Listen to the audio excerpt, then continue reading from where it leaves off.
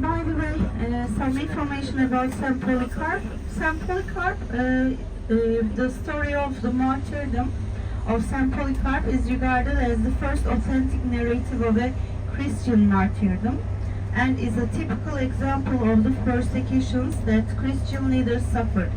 His story gives detailed information of how he was arrested and martyred by the mob of Smyrna.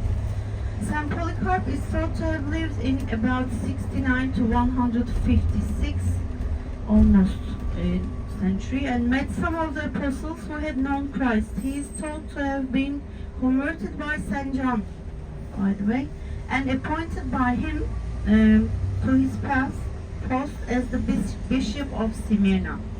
The persecution of Christians in Smyrna was probably no more frequent than in any other Roman city.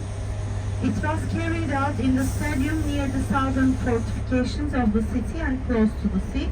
During one spectacle, the crowd having been frustrated by the calmness and composure with which the young Christian victim, Germanicus, met his death, began shouting for St. Polycarp to be brought for punishment. When his friends, bu sağdan veriyor. Evet öyle vuruyor. Seninki de benim. Okay. When his friends learned that the Roman authorities were looking for him, St. Polycarp was taken outside the city and moved from one farm to the other to mislead his searchers. Nevertheless, finally he was arrested and brought to the stadium. The efforts of the proconsul to persuade him to take oath to the fortune of the emperor and curse Christ were useless. The story of St. Polycarp's martyrdom is narrated a letter written from the church in Smyrna to the church in Philomelium, Akşehir. According to this, St. Polycarp answered the authorities as, "For 86 years St. Polycarp answered them, I have been his servant, and he has never done me wrong. How can I bless him, my king, who has saved me?"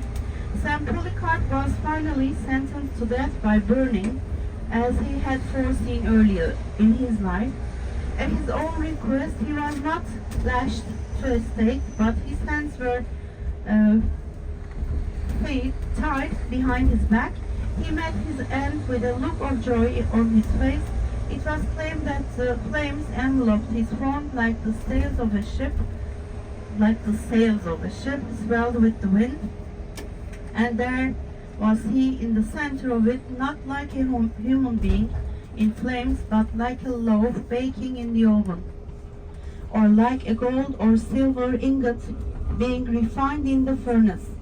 And we became aware of a delicious fragrance, like the odor of incense or other precious gums. Burası, bak şu çevrili yer işte.